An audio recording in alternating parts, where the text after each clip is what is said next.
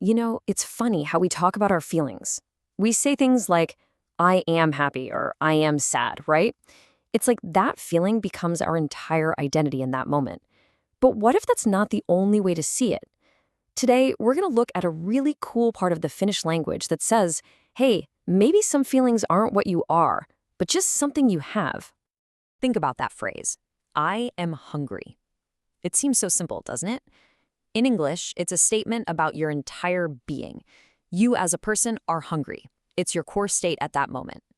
But let's just poke at that idea for a second. Imagine hunger not as who you are, but more like a temporary guest. Something external that's just hanging out with you for a bit, but it isn't really fundamentally you. Well, this is exactly where the Finnish language just flips the whole script on us. This right here, this is the literal word-for-word translation of I am hungry from Finnish. At me is hunger. It sounds a bit weird to our ears, for sure. But that strange little phrase is the key to unlocking a totally different way of thinking about ourselves and what we experience. Okay, so let's dive into this first big idea, what I'm calling the possession principle. It's this concept in Finnish where a lot of common feelings and physical states are treated like, well, temporary possessions. They're things that happen to you, not things that you are. The magic phrase we need to know is minulla on. Now, it basically means I have, but it's that literal structure, at me is, that really gives us the insight. It automatically creates a little bit of distance between the person and the feeling. So let's build this out with our first example. In Finnish, the word for hunger is nälkä, and it's treated like a noun. It's a thing. And when you put that together with our magic phrase, you get minulla on nälkä. Literally, at me is hunger.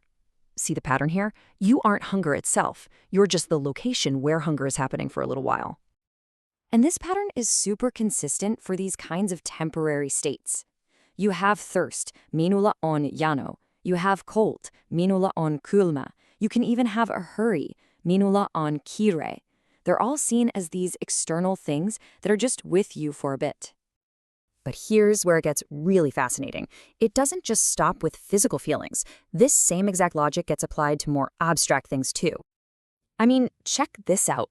In Finnish, you don't really manage time, you possess it. An idea isn't part of who the professor is, it's something they currently have. The pattern holds firm. They are separate, possessible things. All right, so you're probably thinking, okay, got it. In Finnish, I just have everything. But, just when you think you've cracked the code, the language throws you a total curveball. Turns out, not everything is a possession.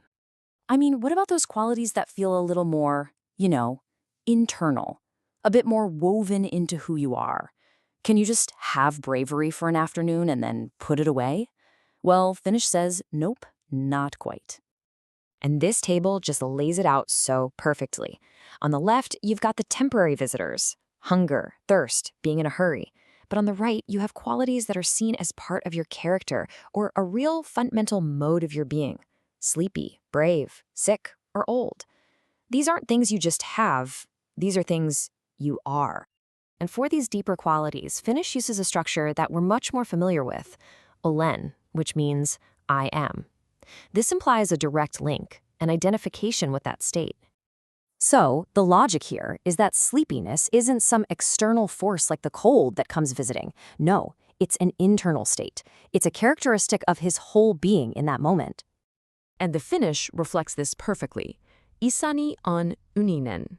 His identity is sleepy. There's no separation there at all. So this unique way of thinking just keeps going.